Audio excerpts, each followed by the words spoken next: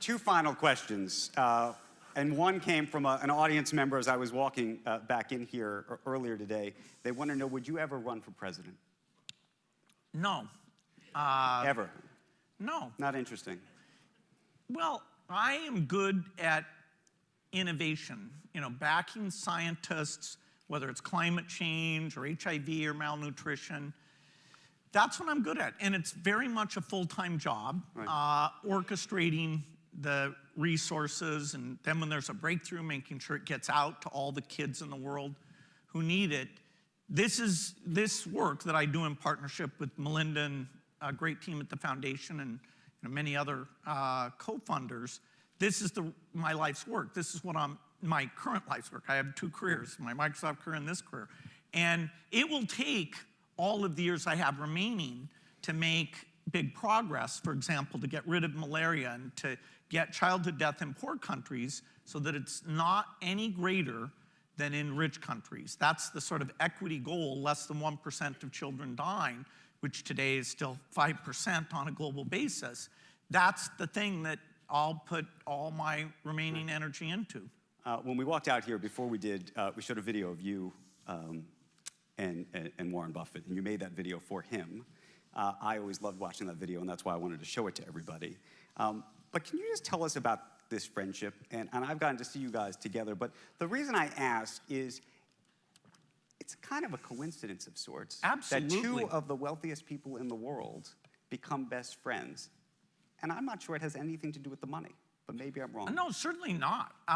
And I didn't even want to meet Warren because I thought, hey, this guy buys and sells things, and so he found imperfections in terms of markets. That's not value added to society. That's a zero-sum game that is almost parasitic. That was my view before I met him.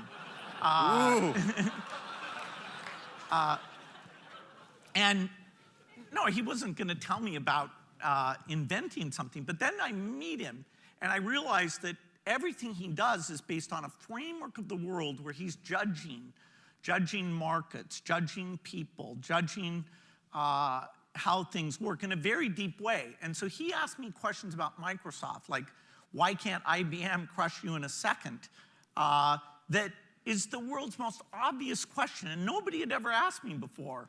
And so I got to ask him about newspapers and retailers and good investments, bad investments, and how he figured all that out. And I realized we both, although we come from different places, we're both trying to model the world and what goes on.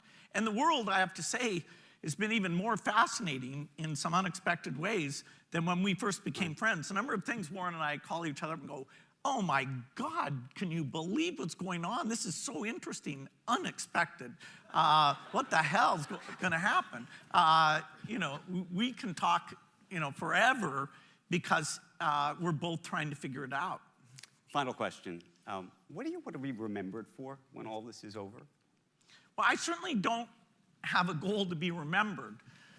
I want to work on things that, in a sense, people will forget. I want you to forget there was ever polio or malaria.